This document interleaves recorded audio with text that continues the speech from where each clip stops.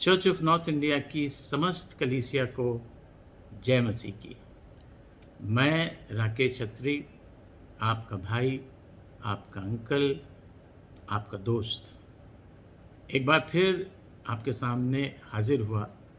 और इस बार मैं दो बातों के लिए मैं आपको दो बातें बताना चाहता हूँ जो बहुत ज़रूरी हैं और आप लोग के लिए इसका जानना भी बहुत ही ज़रूरी है।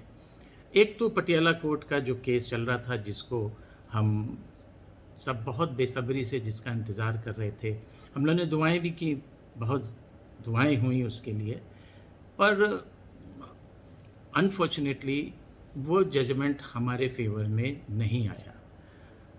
इसकी हमें ज़री सी भी न दुख है न तकलीफ़ है, और मैं समझता हूँ कि हमारे मसीह भाई बहनों को भी नहीं होगी, क्योंकि हम विश्वासी लोग हैं, प्रभु यीशु मसीह पे विश्वास रखते हैं और ये मानते हैं कि यीशु मसीह का निर्णय ही सर्वोपरि होता है, और जो यीशु मसीह का निर्णय होता है वो उसमें कुछ ना कुछ बहुत अच्छा होता है।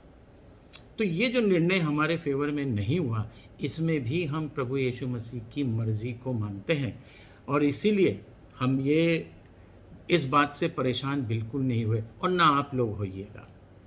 एक केस है, केस में एक हारेगा एक जीतेगा, एक के फेवर में होगा एक के फेवर में नहीं होगा। तो इस बार हमारे फेवर में नहीं हुआ।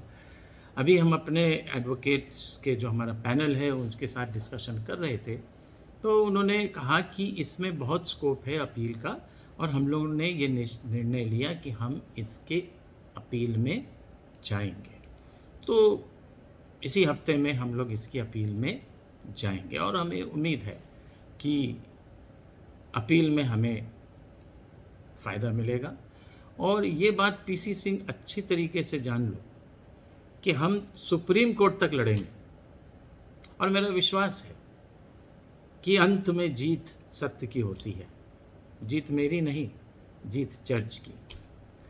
तो एक तो बात ये थी भाइयों बहनों, इसलिए बिल्कुल नई स्पिरिट से ऊर्जा में भरे रहिए बिल्कुल। और ये भ्रष्टाचारी पीसी सिंह आज नहीं तो कल हटना तो है इसको।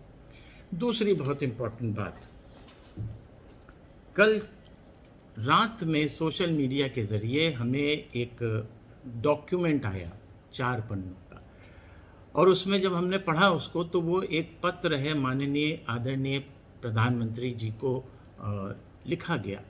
और लिखने वाला कौन? महा का भ्रष्टाचारी पीसी सिंह।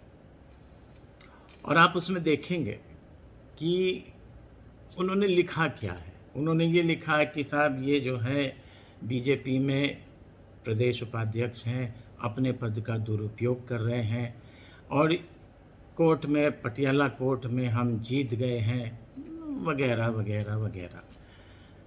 कहीं पे भी उस पत्र में ये प्रिंसिपल राकेश छत्री के विरुद्ध कुछ नहीं बोल पाए।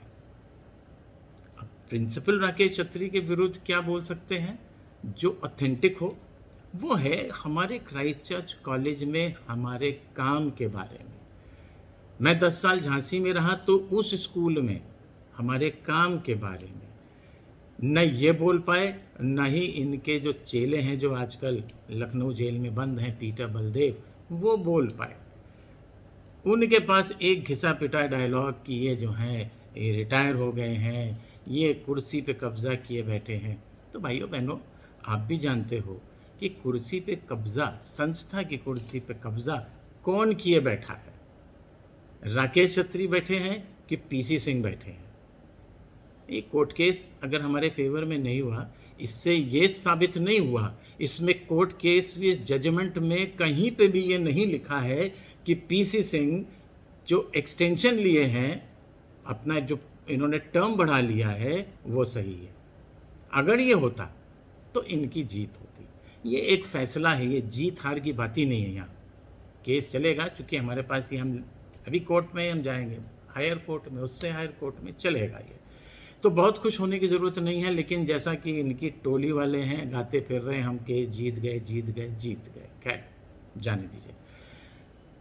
अब बारी हमारी होगी, और हम एक पत्र लिखेंगे लेकिन उससे पहले पीसी सिंह, जैसा कि मैंने अभी न्यूज़ चैनल में आपने देखा होगा, इंडिया न्यूज़ में लाइव उसका टेलीकास्ट हुआ था प्राइम टाइम में 8:30 बजे, परसों हुआ, शायद परसों नरसों।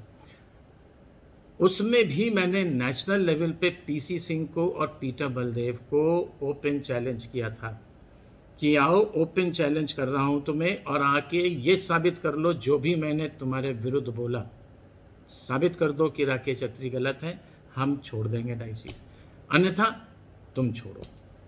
तो इन्होंने क्या करा? ये फेस करा इन्होंने फेस नहीं करा। इन्होंने माननीय प्रधानमंत्री जी को एक पत्र लिख दिया। ये उसमें लिखना भूल गए कि माननीय प्रधानमंत्री जी, मेरे विरुद्ध 107 एफआईआर है। ये लिखना भूल गए कि जबलपुर में एक लेडी ने मेरे विरुद्ध एक मोलेस्टेशन का एक घिनौना चार्ज लगा के मेरी एफआईआर कराई थी। मसला हाईकोर्ट तक गया था, पीसी सिंह हाईकोर्ट गए थे, और ये हाईकोर्ट का वो पेपर है जिसमें इनकी पिटीशन को डिसमिस किया गया। मैं आपको दिखाता हूँ,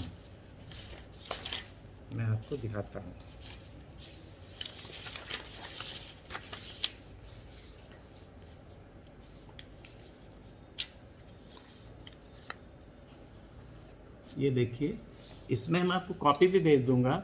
हाई कोर्ट का डिसीजन है कि इनकी पिटीशन जो है वो डिसमिस हो गई। इतने संगीन अपराध में इनको कोर्ट से राहत नहीं मिली। राकेश अत्री के ऊपर कोई संगीन अपराध नहीं है और आगे भविष्य में होगा भी नहीं। तो ये बताना भूल गए, प्रधानमंत्री जी को उस लेटर में लिखना भूल गए कि एक महिला ने आपके ऊपर एफआईआर क्यों करी थी। ये बताना भूल गए कि सरकारी ज़मीन डिफेंस लैंड को इन्होंने कौड़ियों के दाम लीज पे दे दिया। आपको पहले भी मैं आपको बता चुका हूँ, 1 लाख स्क्वायर फीट को इन्होंने 12,500 रुपये में, उसके डॉक्यूमेंट्स हैं। जितनी एफआईआर हैं वो ज़्यादातर ज़मीनों को बेचने की है, उसके डॉक्यूमेंट्स हैं। ये क्या बोलते हैं कि मैं बिशपों को लेके, मंत्री महोदय जो हमारे आदरणीय मंत्री लोग हैं केंद्र सरकार में, मैं उनके पास जाऊंगा। तो भाई आपके पास कितने बिशप हैं? आपके पास वो बिशप हैं जो या तो डर के मारे आपको हाँ कर रहे हैं, चूँकि वो देख चुके हैं आप 7 बिशपों को टर्मिनेट कर चुके हैं, उन बिशपों को जिन्होंने आपकी जो अनकॉन्स्टिट्यूशनल बातें हैं उनको मानने से मना किया। इस डर से बहुत से बिशप आपके साथ हैं और बहुत से बिशप को आपने लालच दे रखी है, पदों की लालच दे रखी, वो आपके साथ। पर कितने दिन, ये नोट कर लीजिए पीसी सिंह कि जिस दिन आप हटे, ये जितने हैं आपके बिशप चारों तरफ, जिनके दम पे आप आदरणीय मंत्री जी लोगों को बताते हैं कि मेरे साथ इतने बिशप हैं, और आपकी ये पूरी एग्जीक्यूटिव कमेटी, और एग्जीक्यूटिव कमेटी आप लोग ये अच्छे से समझ लें, एक एक मेंबर, एक साहब से बात हो रही थी तो उन्होंने कहा भाई तुमने जो है ये करा वो करा, तुमने ये कर दिया। तो मैंने कहा अभी तो कुछ नहीं, कोर्ट में मैटर है, निर्णय होगा तो एक एक शख्स के ऊपर कार्रवाई होगी, आज नहीं तो कल होगा, और एक एक एग्जीक्यूटिव कमेटी के मेंबर्स पे भी होगा। तो आप किन लोगों की बात कर रहे हैं? ये वो लोग जो आपके भ्रष्टाचार में पूरी तरीके से लिप्त हैं। तो ये बात आपको बताना चाह रहा था कि इन्होंने माननीय प्रधानमंत्री जी को मेरे विरुद्ध एक पत्र लिखा। अब मेरी बारी है, मेरे विरुद्ध ये सिर्फ बोल पाए, लेकिन एक भी ऐसा हीनियस क्राइम हो, छोटा क्राइम हो, जिसकी का डॉक्यूमेंट इनके पास है, वो एक को इनके पास है नहीं, इसलिए प्रोड्यूस नहीं कर पाए। पर मेरे पास 107 एफआईआर का डॉक्यूमेंट्स है। अब ये बोल सकते हैं कि साहब उसमें इसमें स्टे लगा है, उसमें एफआईआर लग गई। तो सवाल स्टे लग का नहीं है, सवाल एफआईआर का नहीं है। सवाल ये है कि ये एफआईआर तो हुई, ज़मीन तो बिकी, इसका तो डॉक्यूमेंट है। तो पीसी सिंह, ये बहुत अच्छा हुआ कि आपने माननीय प्रधानमंत्री जी को पत्र लिखा। अब देखिए, कहते हैं इसको कि आपके एडवाइज़र्स कैसे हैं। आपके एडवाइज़र्स ने आपको ये नहीं बताया पीसी सिंह कि आप जहाँ गए हैं माननीय प्रधानमंत्री जी के पास, वो भ्रष्टाचार, घोर भ्रष्टाचार विरोधी हैं। वो उसमें ये नहीं देखते फिर उनका कौन अपना है, कौन पराया है। जो भ्रष्टाचारी है उसके लिए कोई भी माफ़ी नहीं है। आपके एडवाइज़र्स ने ये नहीं बताया आपको कि भारतीय जनता पार्टी द्वारा शासित प्रदेश जितने भी हैं जहाँ बीजेपी का शासन है, वहाँ के मुख्यमंत्री भ्रष्टाचार के और भ्रष्टाचारियों के घोर विरोधी हैं, और ख़ास तौर से ये लैंड माफियाओं के। आपको बताया नहीं आपके ये जो सो कॉल्ड एडवाइज़र्स हैं कि ये पेपर नहीं पढ़ते या दिखाते नहीं आपको कि बड़े से बड़े सूरमा हों, बड़े से बड़े माफिया हों, भ्रष्टाचार में अगर लिप्त हैं उनको उनको माफ़ नहीं करा गया। वो आज सलाखों के पीछे हैं। तो कोई भी नहीं, अगर मैं भ्रष्टाचार करूँगा तो मैं भी जाऊँगा, आप करोगे तो आप भी जाओगे। तो आज की डेट में भाई बहनों मैं इतना ही कहना चाहता हूँ, और आप लोग खुद ही तुलना कर लीजिए कि पीसी सिंह के जिसके ऊपर 107 एफआईआर हैं और एक अभद्र व्यवहार का भी आरोप है, वो किस मुंह से बात कर रहा है, किस मुंह से अपने आप को ये कह रहा है कि मैं कॉन्स्टिट्यूशनली सही हूँ। फैसला आपके ऊपर है, और फैसला अच्छा है, समाज भी करेगा। तो एक बार फिर मुझे सुनने के लिए बहुत बहुत आभार, धन्यवाद। जय मसीह की।